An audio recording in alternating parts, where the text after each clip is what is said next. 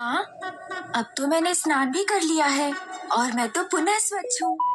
बहुत भूख लगी है। अब तो भोजन कर सकता हूँ ना? अवश्य पुत्र।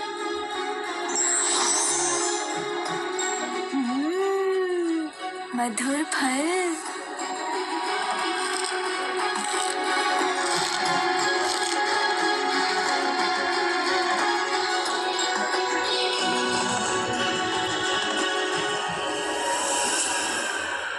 पुत्र, धीरे धीरे संभल संभल के भोजन ग्रहण करो। चिंता मत करो प्रिय, अभी एक बालक ही तो है, धीरे धीरे उचित संस्कार भी ग्रहण कर लेगा। हाँ स्वामी, किंतु संस्कार तो बालक अपने माता पिता से ही प्राप्त करते हैं। उसकी माँ हूँ मैं, इसीलिए उसे उचित संस्कार तो मुझे अभी से देने होंगे। पुत्र, यदि तुम बहुत सा भोजन बहुत शीघ्र करने का प्रयास करोगे तो तुम्हारा शरीर उसे उचित प्रकार से पचा नहीं सकेगा और तुम्हारा शरीर अस्वस्थ हो जाएगा, उदर में पीड़ा होगी। इसीलिए धीरे धीरे खाओ। उचित है माँ। माँ, मामी जी का निवास स्थान कहाँ है? वहीं जहाँ तुम्हारे मामा जी श्री हरि नारायण का निवास है, वैकुंठ में। वैकुंठ? वहाँ तो मुझे जाना ही होगा।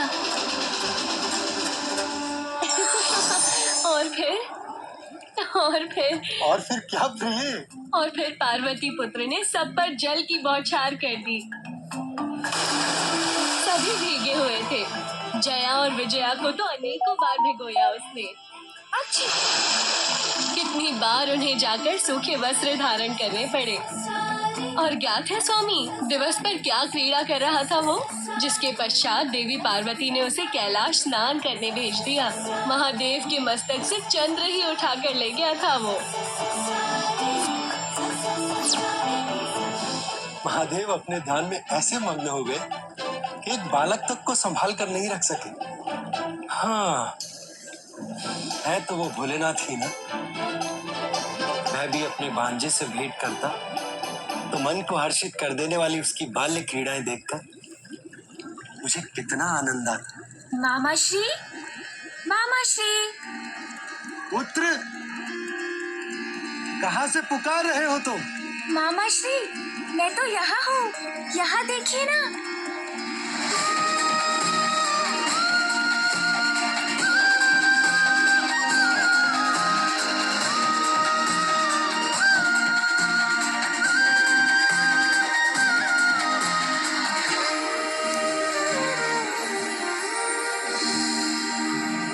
ये वस्त्र और आभूषण मामी जी मेरे लिए लाई थी आज। आप नहीं आए तो मैं स्वयं आपसे मिलने आ गया मामा जी। प्रिय, हमारा भांजा हमसे मिलने आया है। आप भोजन आदि प्रस्तुत करके उसका स्वागत नहीं करेंगे? मैं तो उधर भर भोजन कर चुका हूँ, बस आपसे भेंट करने आया था। किंतु मामी जी, आप रुकिए मत। यदि आपकी इच्छा है मुझे भोजन कराने की तो आपको निराश नहीं करूँगा मैं। कुछ स्वादिष्ट फल ले ही आइए, भूख तो नहीं है मुझे, किंतु आपके और मामा जी के स्नेह को कैसे अस्वीकार करूं? मामी जी, आपके समीप इतनी स्वर्ण मुद्राएं क्यों है? वो इसलिए पुत्र कि जो भी भक्त अपने भक्ति भाव से मुझे प्रसन्न करते हैं, मैं उन्हें सभी सुख, साधन और समृद्धि प्रदान कर सुख संपन्न बनाती हूँ। हाँ पुत्र, अपने भक्तों को धन धान्य से परिपूर्ण करती है तुम्हारी मामी। इसीलिए संपूर्ण जगत उनके धन लक्ष्मी रूप की पूजा आराधना करता है। धन? धन? किंतु धन में क्या?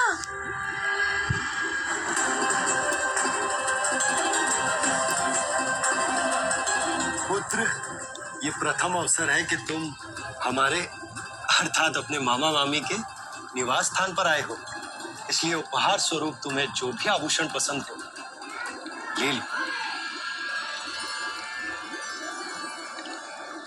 मस्तक पर रखने वाला मुकुट या कंठार या फिर हाथ में धारण करने वाला कंगन? मैं कुछ भी ले सकता हूँ, कुछ भी? हाँ पुत्र, कुछ भी। चलिए ना मामी जी मेरे साथ। अरे अरे पुत्र, अगर मैं तुम्हारे साथ चली गई तो तुम्हारे मामा जी का ध्यान कौन रखेगा? ये भी सत्य है। उनके लिए तो आपको यहीं रहना होगा। तो फिर मैं मामी जी के हाथ से कमल पुष्प भी ले जाता हूँ। सोची।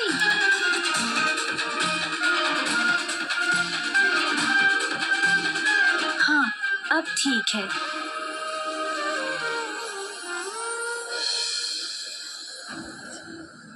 कहाँ हो तुम पुत्र? माँ,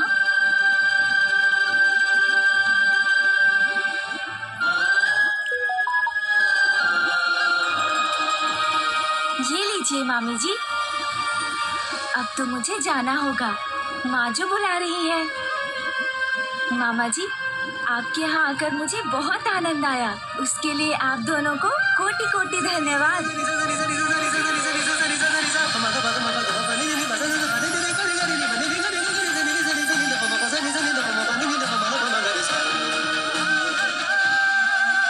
मेरा पुत्र ना जाने कहाँ होगा, अभी तक लौटा क्यों नहीं? पार्वती का पुत्र तो बहुत नटखट है स्वामी, थका दिया मुझे। बालक तो नटखट ही होते हैं प्रिय, किंतु हमें उन्हें बहलाना आना चाहिए। अब आपने तो देखा ही है किस प्रकार पार्वती नंदन मेरे समीप नम्रता और शांति पूर्वक बैठा था। इस तरह से संभाला जाता है बालकों को। देवी लक्ष्मी, ये भी एक कला है।